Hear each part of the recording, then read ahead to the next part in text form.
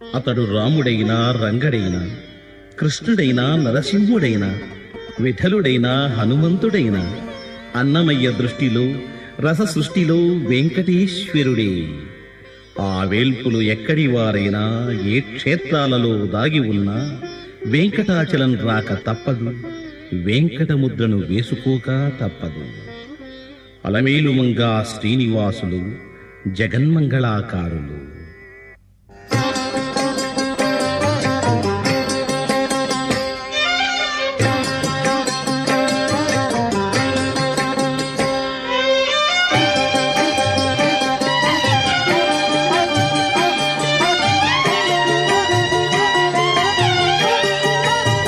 జన్మ వల్ల ఫలాలు ఇది అహంకారాన్ని పెంచి, దీనివల్ల గురువును, దైవాన్ని, జ్ఞానాన్ని, తత్వాన్ని విస్మరించారు. ఆహార శయ్య విహారాలను మాత్రం మానలేదు.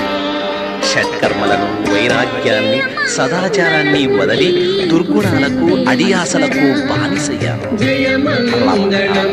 బంధాలను కట్టుకొని మోక్షాన్ని త్యజించారు. ఓ హరి, నీవు అంతర్యామివి కదా, నాకెందుకు ఈ మాయ? నేను నిన్ను పరిపూర్ణంగా విశ్వసించాను.